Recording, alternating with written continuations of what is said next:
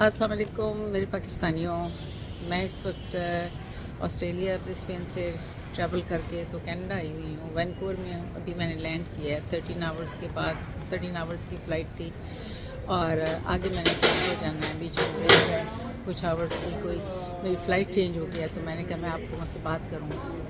देखें, हमारी एयरलाइंस को भी बेचा जा रहा है और हम जो बात करते हैं, इमरान खान जिसके लिए इस वक्त पाबंदी सलासल है, उसका जो मौक़िफ़ है ये है कि हमारे मुल्क में बेहतरीन वसाइल हैं, हम लायक हैं, हम स्मार्ट हैं, हम मेहनती हैं। यही चीज़ें चाहिए होती हैं किसी मुल्क को तरक्की के लिए। और अगर हम अपने अखलाकियात को बेहतर करें, मेरिट लेके आएँ अपनी कंट्री में, तो आप यकीन करें कि हम लोग इन मुल्कों में आके मेहनत करके और हमारे सर पे यहाँ पर काम इनका चलता है। आजकल के दौर में पाकिस्तानी, इंडियन ये लोग आके, बाहर की कंट्री से लोग आके यहाँ मेहनत करते हैं और इनका